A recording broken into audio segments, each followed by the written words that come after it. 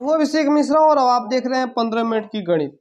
15 minute आने वाले 15 minute में हम लोग 10वीं क्लास गणित के प्रश्नावली 1.1 के प्रश्नों को देखेंगे। सबसे पहले पहला प्रश्न आपके सामने है, कह रहे कि निम्नलिखित संख्याओं का HCF यूक्लिड विभाजन एल्गोरिथम से ज्ञात करिए।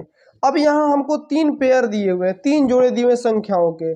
पहला है 135 और 225 का HCF ज्ञात करना है। मैं क्या करूंगा कि पहला अपने से कर देता हूं और दूसरा और तीसरा आप खुद से करके देखिएगा। वैसे मैं आपको मतलब आंसर उसका दे दूंगा, लेकिन आप खुद से ट्राई करने की कोशिश कीजिए। चलिए पहले यूक्लिड विभाजन एल्गोरिथम से बनाने से पहले आपको क्या करना होगा, एक रफ पेपर पे साइड पे आप जैसे बनाते थे अपना वैसे बना लीजिएगा। HCF 135 मतलब छोटा संख्या से भाग देते थे बड़े संख्या में। HCF ऐसे ही बचपन में आपको सिखाया गया होगा।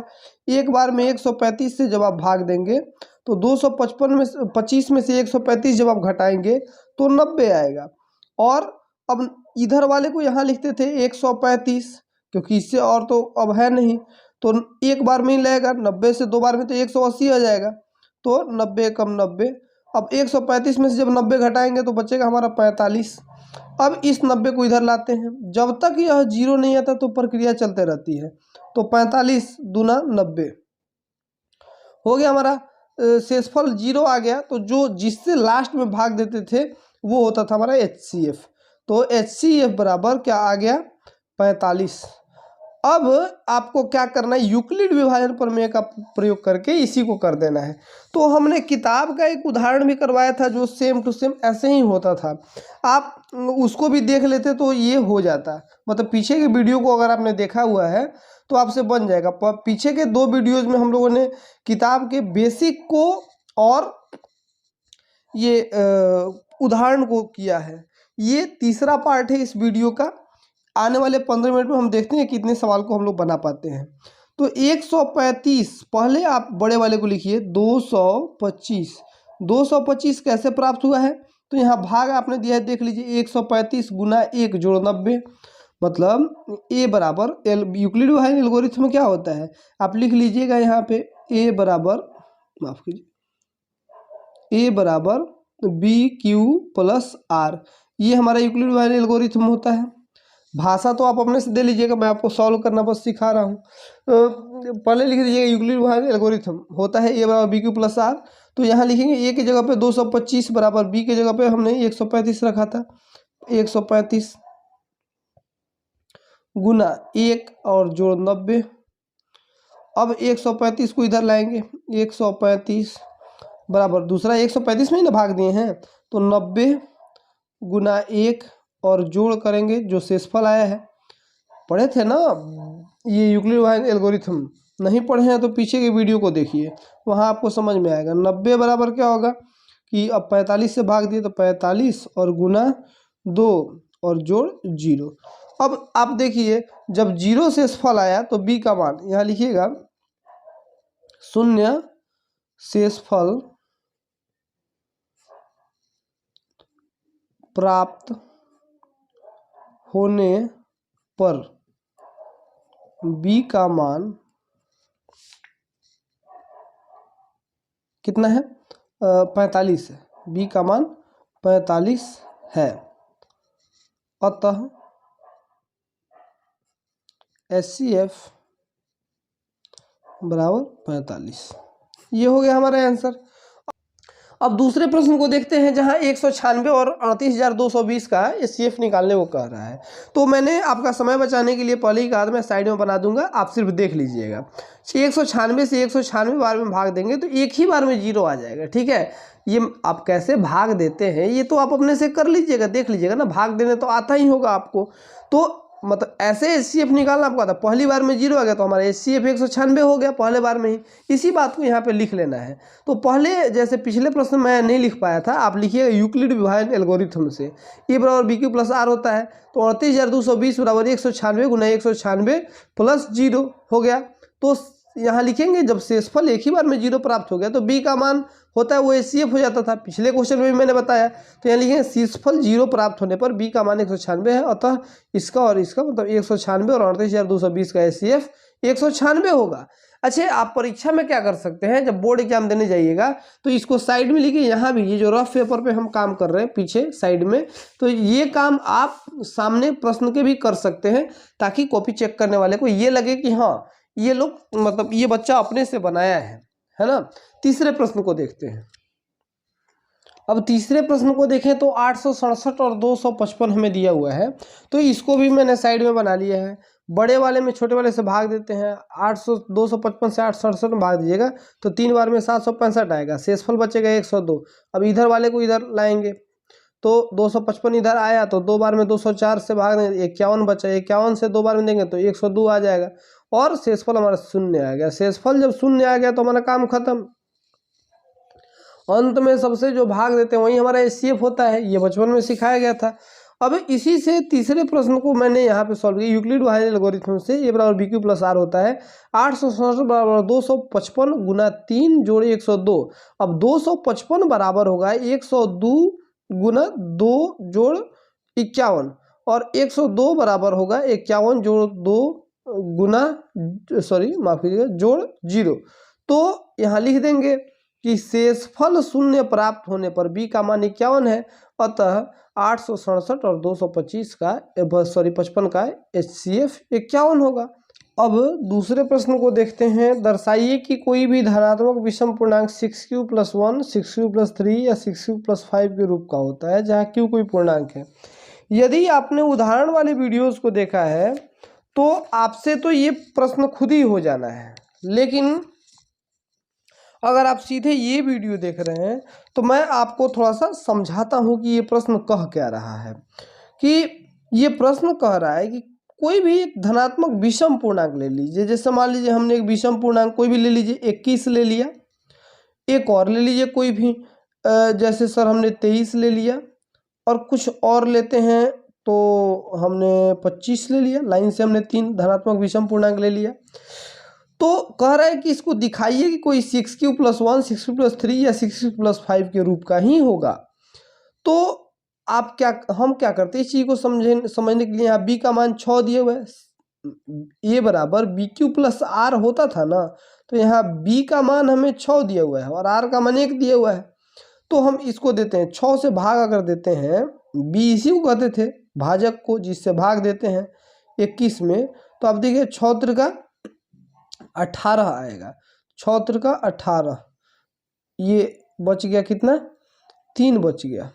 23 में अगर दीजिएगा तो 6 से भाग दे के देखिए कितना होता है।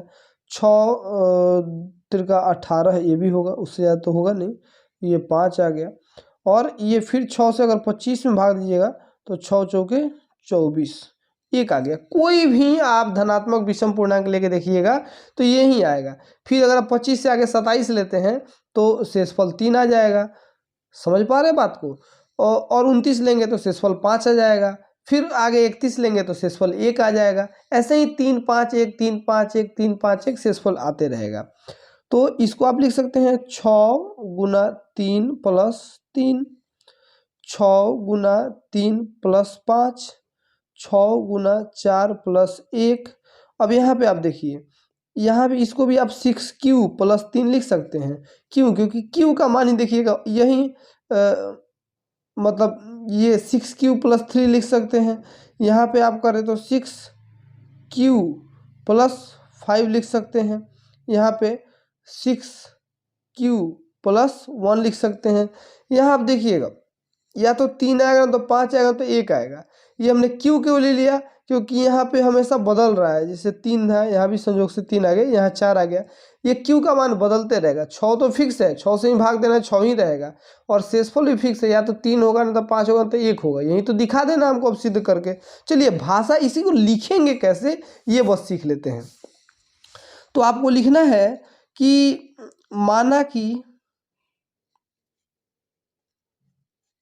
a कोई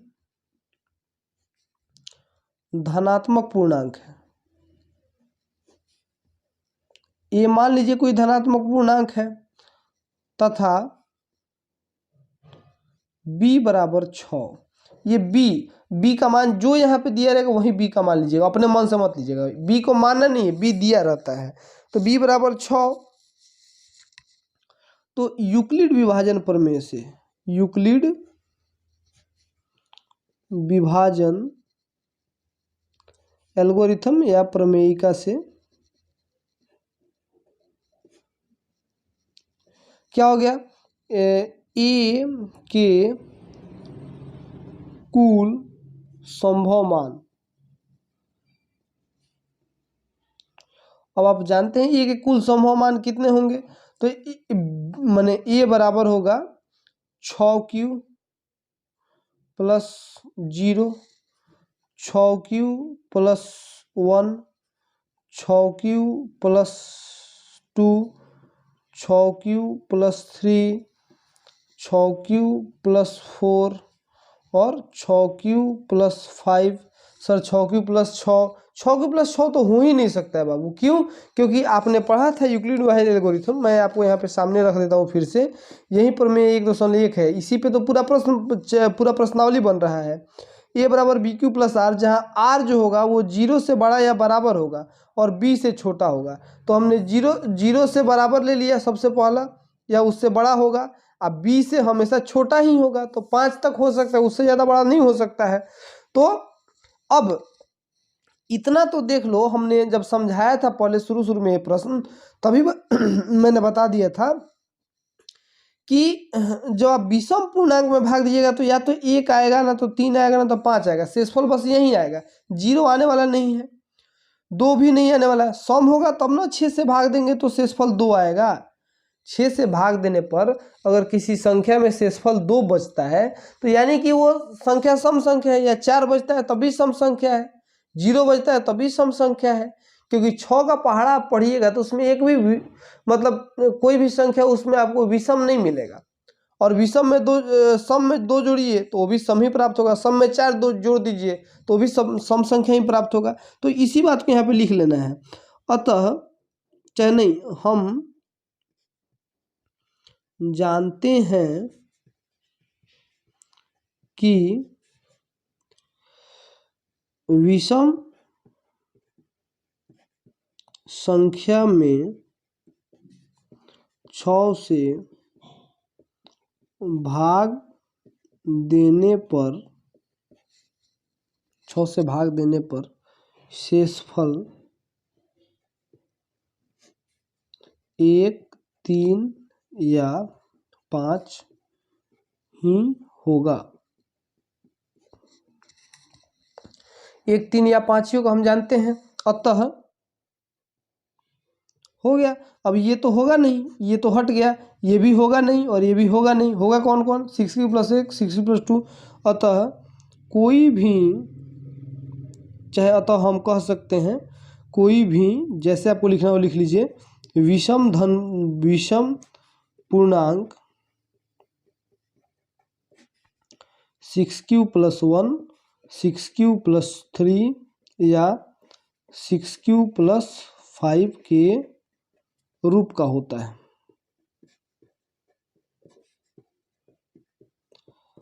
तो ये हमारा सॉल्व हो गया ये प्रश्न। इतना भाषा आप लिखते हैं, ये मतलब थ्योरी बेस्ड ही चैप्टर है, इतना भाषा आपको लिखना पड़ेगा तब जाके आपको पूरा मार्क्स मिलेगा। तीसरा प्रश्न हमें कह रहा है किसी परेड में 616 सदस्यों वाली एक आर्मी की टुकड़ी है, इसको 32 सदस्यों वाली एक आर्मी बैंड के पीछे लगा देना है। दोनों समूहों की समान संख्या वाले स्तंभों में मार्च करना है। उन स्तंभों की अधिकतम संख्या क्या है जिसमें वो मार्च कर सकते हैं? प्रश्न को समझिए। पहले एक परेड है जिसमें 32 को बैंड वाले सैनिक हैं। ये 32 मैं 4 करके या 5 करके ही समझाता हूँ। 32 गो है या 5 गो है, और 5 के पीछे 25 लगाने हैं, ठीक है। 25 और है, एक तो 5 है, 25 और सैनिक है, ठीक है। 25 और सैनिक हैं, तो इनको कैसे लगाओगे कि सब माने पंक्ति में बराबर बराबर सैनिक आ जाने चाहिए, और सब मतलब सब में बराबर बराबर आ जाने चाहिए, और मतलब बहुत ज़्यादा पंक्तियों की संख्या ना हो। तो आप देखिए ऐसे लगाने, 1 2 3 4 5, फिर 1 2, क्योंकि लगाना तो 5 ही के पीछे है ना, 3 4 5, 1 2 3 4 5, 1 2 3 4 5 और 1 2 3 4 5, 25 लग गए, है ना। 25 लगे तो एक पंक्ति में कितनी संख्या हुई, 1 2 3 4 5 हुई। तो ये कैसे हमें पता चलेगा, तो एक तो पहले 5 लोगों के पीछे लगाना है ना, और कम से कम ऐसा लगाना है कि ज़्यादा से ज़्यादा सैनिक अट जाए, तब तो कम से कम जगह घेरेगा ना जी।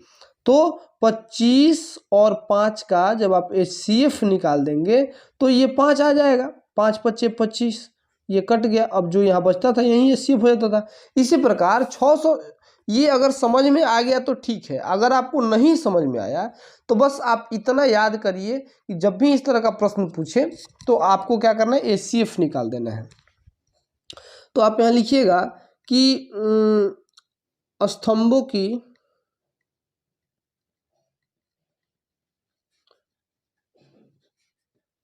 अधिकतम संख्या बराबर HCF होगा किस किस चीज़ का, 616 और 32 का। अब आप दो तरीके से HCF निकालते हैं, एक तो हमने यूक्लिड वाहन प्रमेय का प्रयोग करके निकालना सीखा, और एक सीधे आप निकाल सकते हैं। मैं सीधे ही निकाल देता हूँ, आपका जैसे मन करे वो कर लीजिएगा। आप यूक्लिड वाहन प्रमेय का प्रयोग करके भी कर सकते हैं। 616 में भाग दीजिए, एक बार में देंगे तो 32 आ जाएगा, क्योंकि 2 बार में 64 हो जाता तो ज़्यादा हो जाता ना। तो 11 में से 2 घटा लेंगे तो 9 बचेगा, और 5 में से 3 जगह 2, 29 बच गया। 6 अब कितने से भाग दे सर, अब 10 बार में तो 320 हो जाएगा। तो इतना तो हमें लग रहा है कि 1 घटा दे तो काम चल जाएगा। 9, तो 9 से भाग दीजिए, 9 दूना 18 का 8 बचा 1, 9 का 27 और 1 28, सही में। अब 16 से 8 गया तो 8, ये खत्म और ये खत्म, 8 बचा है, इधर 32 को लाइए। तो 32 से जब भाग देंगे तो 4 बार में 32 आ गया, खत्म हो गया। शेषफल जब 0 आ जाता है तो वहीं तो HCF होता है ना हमारा, यानी कि HCF बराबर 8। अतः स्तंभों की अधिकतम संख्या